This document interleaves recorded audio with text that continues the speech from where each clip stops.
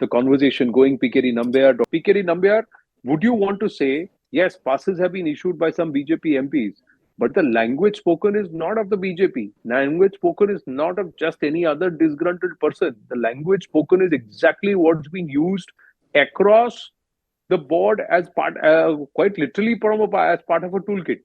तानाशाही नहीं चलेगी, बेरोजगारी के खिलाफ, बढ़ती कीमतों के खिलाफ, the kind of tone that has been used. This is exactly what the opposition's mantra has been all along. So would you not want to know who these people are, what their motivations are? Or who Anand, the way they... Well, I think what happened today in the parliament is very unfortunate. And there is no doubt, unlike anybody else, I will also say that we need to go to the root of it, from where it is, whether it is at the national level or at the international level, there are conspiracy, we need to work on it. But unfortunately, I feel that my friend Vivek and all, I've already taken a decision comparing this with Mahua Mohitro. Come on, man, at least grow up. I mean, it's the time for you to grow up and politicize even if a matter which is an attack on the parliament or inside the parliament needs to be at least having a civilized way to think over it. I think what happened today is unfortunate. Does not mean that you compare this with a Mahua Mohitro or you make this as if that it is a small affair. No, this is as the former IPS officer said, that it could have been something as well. So I think there is a security lapse. There is no doubt about it. And that security lapse, that too at a new parliament is happening, is very, very unfortunate. I think the security authorities needs to be answerable, whomsoever has been protecting the parliament. That is the first part. Now, before politicizing it, who did it? Is it a left Nexels? It seems like the four corners of this, the country is coming out from different parts of the people coming out. Their messaging, what they have tried to portray, was more of like a left-oriented people. Who does that kind of a statement?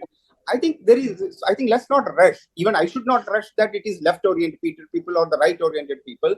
But one thing is for sure, that the kind of messaging what has been given, both inside the parliament, even the outside the parliament. I am right now in the central Delhi. I'm just talking to you. I was just crossed the parliament just half an hour back. So the idea is that it is not, let's not terrorize it. Let's not politicize it. Let the agencies work. Let's believe in those people. They have the capability. It's unfortunate that 22 years See, here's where I'm not able to put a finger on. And PK, can you hear me? Is that for me? I think there is no doubt that this is very well planned, coordinated, and executed. Whether you can say that how it has been executed and all these four people belongs to which category, from where, and etc. will only come out after an inquiry. But one thing, and that too a thorough inquiry. But it's not right that to blame the MP. I don't know that MP personally, but then an average MP in India represents 2 million people.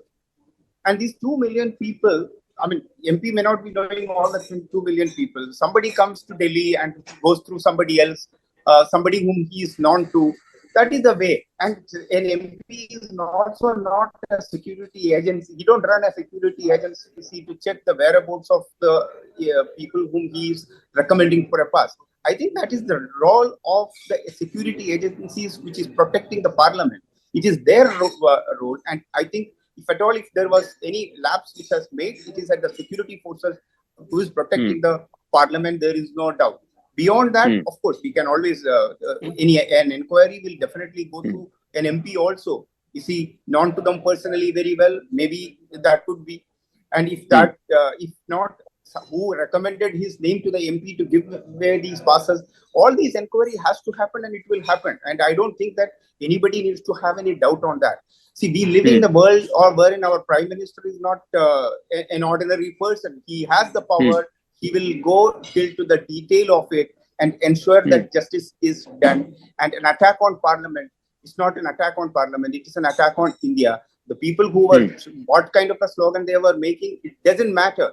Only one thing is that, why I said that don't politicize it immediately. Let us get some details. If there is a genuine failure from the government part, government's what, I will be the first person to come out and criticize the government. But then today there is an incident which happened, which is absolutely an attack on our parliament and India as a concept on Bharat.